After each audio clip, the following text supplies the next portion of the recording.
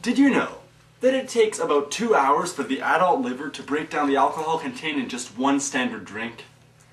As the alcohol level in one's body builds up, it takes longer to break down. If someone drinks, let's say, 2 standard drinks, it could take up to 4 hours for the body to actually break down the alcohol contained in one's body. Binge drinking is defined as drinking 5 or more drinks for males, and 4 or more drinks for females. Binge drinking can affect anyone. It doesn't matter who you are, your alcohol tolerance, age, or gender. So, why is binge drinking so dangerous? Well, for starters, someone who drinks too much could pass out or vomit excessively.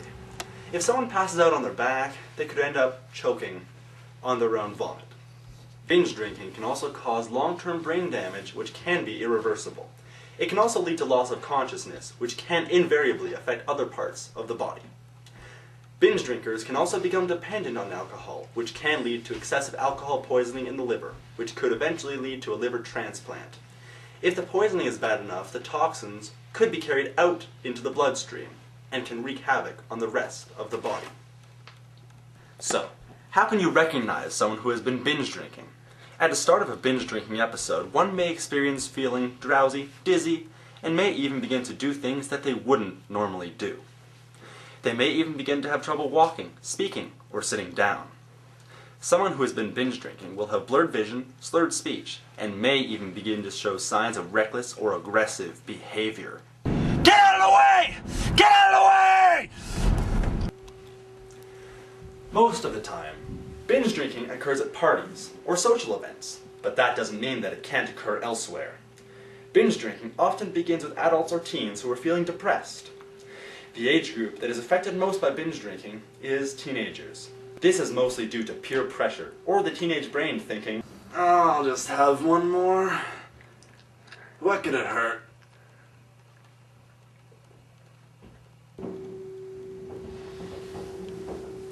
Teenagers often get into binge drinking through curiosity, or even using alcohol as a stress reliever. Binge drinking impairs judgment, so drinkers are more likely to take risks that they might not take when they're sober. Anyone can be affected by binge drinking, even if you don't drink. A relative or friend could have a drinking problem that could affect you. In the year 2000, roughly 1/3 of drivers, 16 and older, who were killed in traffic accidents were indeed intoxicated.